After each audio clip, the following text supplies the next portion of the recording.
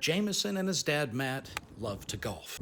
It's their time to bond. You get to see every time he plays, he gets better and better. Jameson enjoys what any kid loves. Oh my, I am so bad at this game. Like video games, there is escape. I like that part of it. Has a cool aspect. Jameson's a very well-mannered, soon-to-be 13-year-old boy, and he's always really loved school, and I think we talked about he loves math. Matt and Emma are proud parents. He's tall. He's a 97 percentile. We just never thought that we would see him like this. Getting to this point wasn't easy. When Jameson was a baby, he nearly died. He got really warm, lethargic. When I went to put him in bed, he was still in a pack and play, and he crawled up into a ball.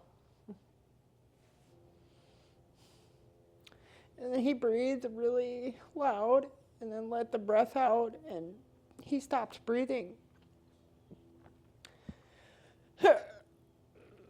So I started screaming. An EMT lived nearby and helped to resuscitate Jameson, but the trauma didn't end there.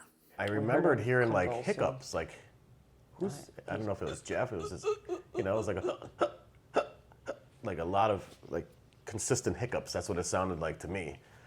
And I just jumped out of bed, and by the time I got to Jameson, he was already pretty much lifeless. Yeah.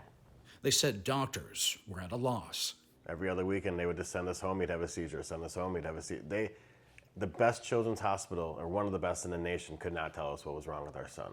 Nobody could tell us what was wrong. Jameson was eventually diagnosed with febrile status epilepticus. It's a condition where seizures caused by a fever last 30 minutes or longer. He also had a hard time regulating his body heat.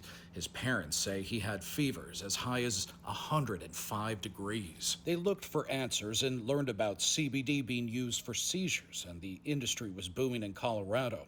They made the decision to pick up their lives in Wisconsin and move to the Centennial State and started giving Jameson CBD. I mean, after a couple days, we saw immediate transformation.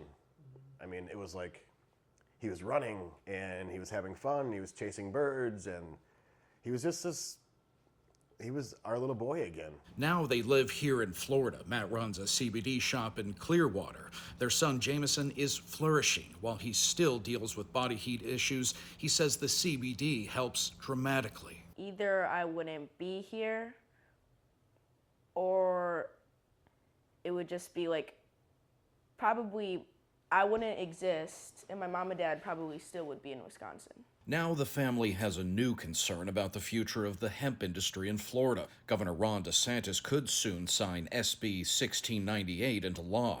It caps potency of THC in hemp products, prohibits businesses from manufacturing or selling products that contain more than 0.3% Delta-9, and places limits on other cannabinoids. State Representative Tommy Gregory is the bill's sponsor. He says it's about safety. And I think that the overall limit in terms of per container is based on that logic to say, well, if you took everyone in this container and you were an adult who didn't normally use Delta-9 THC or marijuana or synthetic cannabinoids, that would get you to a place you probably don't want to go beyond. Matt says the governor should veto the bill. Governor DeSantis needs to make a decision. Is he going to let something like this happen again to another family? Because we're going to go right back to when Jameson was 1 year old. The family says CBD is the reason Jameson is here today, flourishing, living life to the fullest. If the legislation is signed, it will go into effect in October. If it does, Matt says his family might have to move to a CBD-friendly state like Georgia, and Jameson can continue to get the care he needs. In Clearwater, Nice shot. Jeff Ansant, Spectrum News.